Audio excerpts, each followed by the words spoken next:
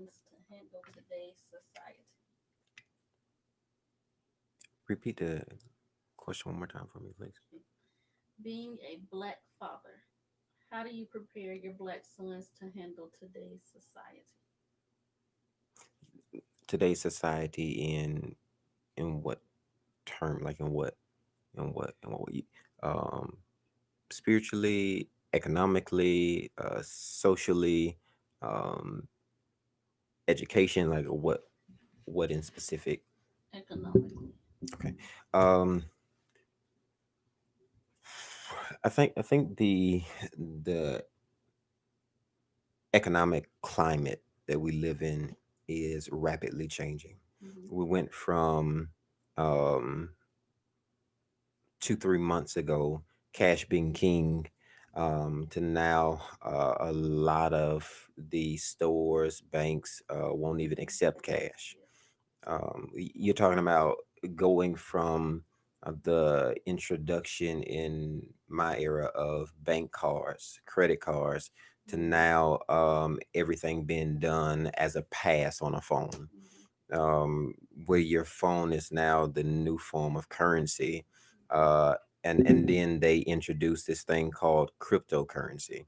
Yeah. It's ever changing, is rapidly changing. I think to prepare for um, the economical coin change Hmm. um, is going to be almost impossible. Yeah. So what we're used to today is not going to be what they're used to, are getting used to at that point in time when they're even going into the stores. Yeah. Um,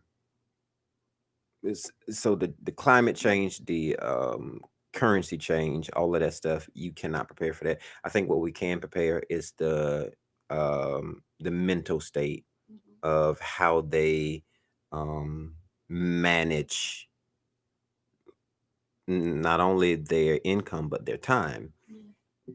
And so if I can leave anything behind for them, if I can help grow them in any way, if I can impart for tomorrow what I don't see today, Hmm.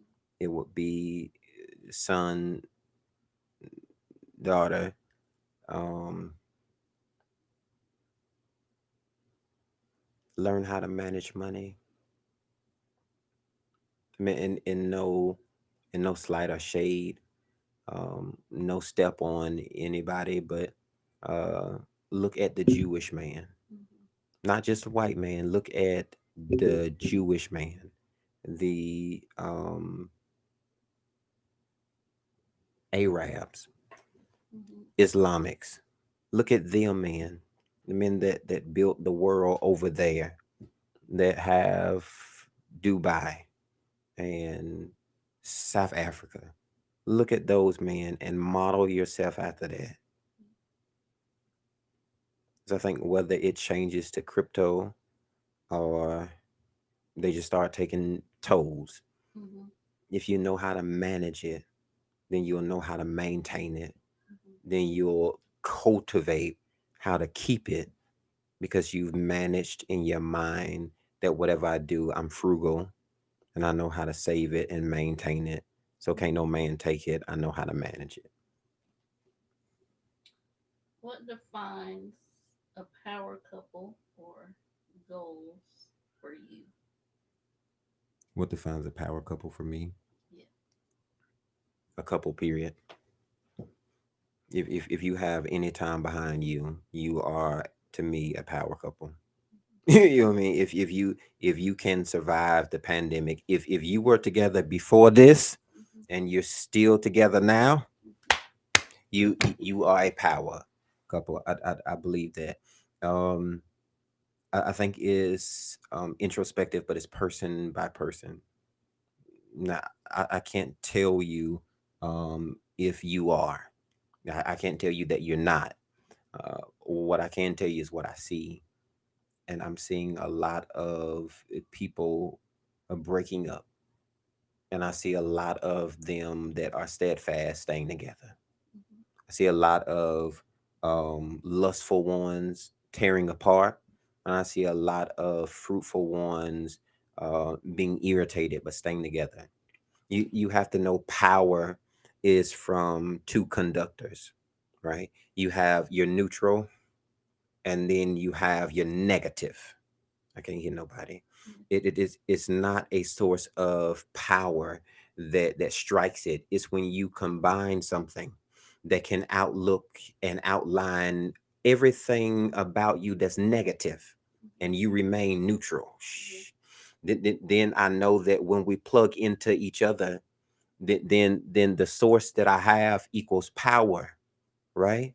It brings power, right? It when you combine them and put prayer behind it, when you combine it and put strength behind it, when you combine it and put faithfulness behind it, when you combine it and put passion behind it, what do you have at the end of the day? You have something that is powerful.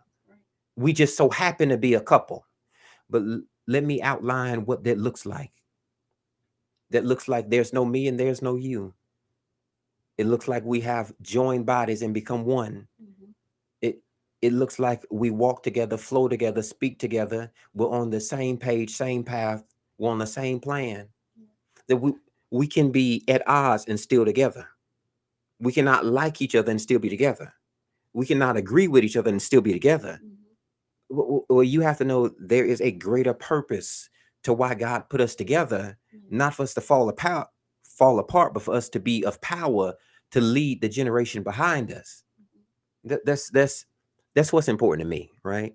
If you see me as powerful or not, is it when I come home, can I contribute to the relationship a powerful dynamic that tomorrow when we get up, we'll go out and change the world.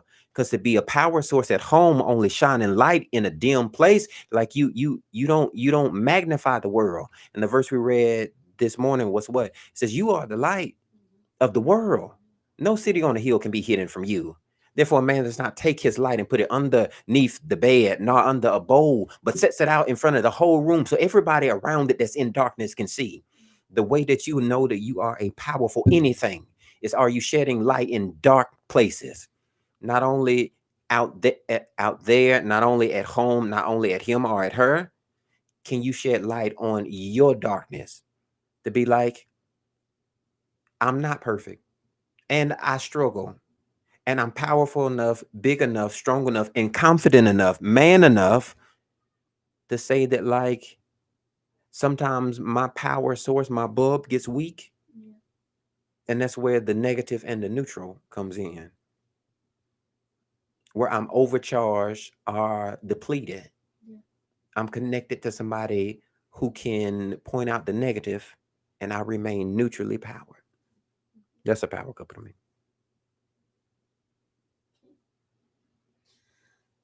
The last one is giving the disadvantage that many black families face. Some have overcame while others still struggling to survive. Do you think the rest of the black families can too overcome? You said, given the disadvantages Yes. that the black family Yeah. So it's like has endured, what challenges? it's like for example, like some black families or black people that grew up in a single parent household, or they didn't have the resources that they needed to go further the education, or maybe something happened down the line. She got pregnant, so she had to drop out of school. Okay. All right. Um,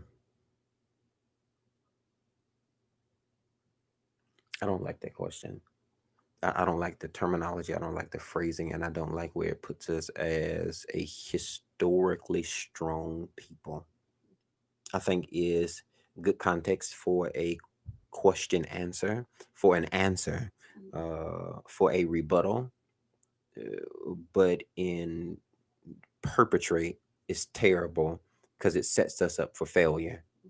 We may have grown up and our fathers have not been in a home, but I've always known mama and grandmother to stick together and fix and step and be and feel any amount of shoes. Mm-hmm. I don't know any woman that was in the 90s, the 80s, the 70s, even the 2000s, that was a mama and weak. I don't know any black grandmother of that same time span in the last 50 years who has allowed their daughter to raise a son or raise a daughter by themselves. Mhm. But I know us to step up and be up and then do up everything that we're dealt out, and make the best with it. I think we were not disadvantaged. I think we were disenfranchised.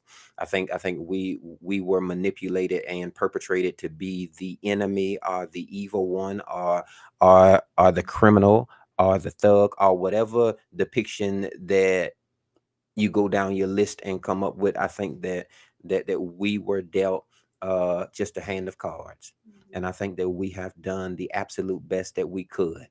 And I think that we are still doing the best that we can. And I don't care what nobody say about black folk being sorry or lazy or not wanting to work. Shit, we tired. And I tell you something, is that it is generational. Well, we've built it. Now it's time for us to enjoy it. Now, I don't say that lightly, but I say that like confidently, to know that the weight that you carry Mhm. in your mind is not from unworked hands. It's from beaten backs. Oh, you ain't expect that. I'm telling somebody today that to ever put a negative connotation on a black man's name Mhm. is gonna meet you in the worst response from this day forward. Not you, of Amen. course, because we're talking constructive. But I have to learn how to reject actively everything that don't pertain to me or don't look like me. Mhm. And so we're not overcoming, but we're just coming through Yeah. where it may have not been noticed, Mhm. but it's still been taking place. Yeah. Is that you live in a land that you do because people like me and you built it. Mhm. Is that they're able to run into the ivory towers that they can because people like you and me built it. Yeah.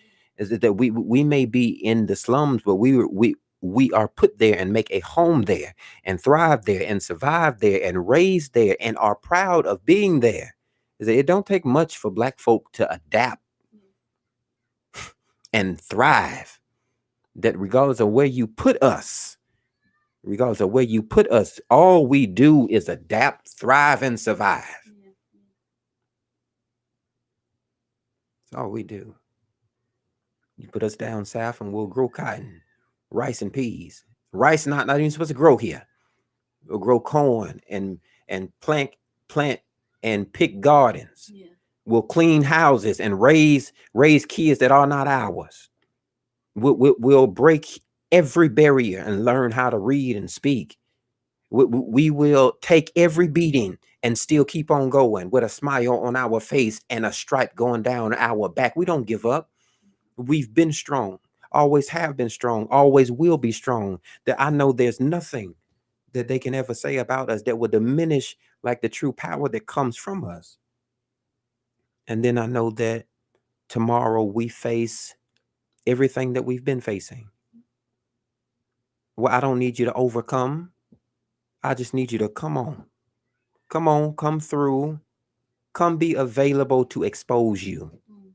Is that they lack the exposure on the greatness that is us. Now they highlight on the shows and let you see the thugs and the crime and the rat infest and all that junk. No. I'm not talking about those selected 1-2 percentage. I'm talking about the rest of us that have a family and living in an apartment but making it work. Mhm. Talking about those of us that have just bought a house and we're trying to find out how can we get the rest of the family free. Now that they don't highlight that stuff. Yeah. We're not coming through. We're not coming out. We're not coming over. We've been here. All I need you to be able to do is allow us to come through and expose us to you. Let us show you what we really have done, Right. what we have made, what we have turned around, what we've worked in our favor. Well, you didn't put everything on us that you could. But at the end of the day, I know that the meek shall inherit, right? Mhm. That if you're faithful over a few, God will bless you with many. The tables are turning. I don't care what nobody say. The tables are turning. That's what the Bible said. It says there will come a day. Well, the meek shall inherit. And I know there's nothing that opposes us that we cannot propose Yeah. to fix, to mend, to heal, to break free from. That whatever mental slavery that we put ourselves in by accepting the words that people like them speak over folk like us, is that I know a king and a queen never gets down into the dirt to play with peasants, because that's a place that is beneath me. That's why it tries to pull me down every chance that it gets. It's not the other way around. It will never be the opposite way around. You don't see us doing it to them. You see them doing it to us, but you can only pull what's ahead of you. That's all I want to say about that.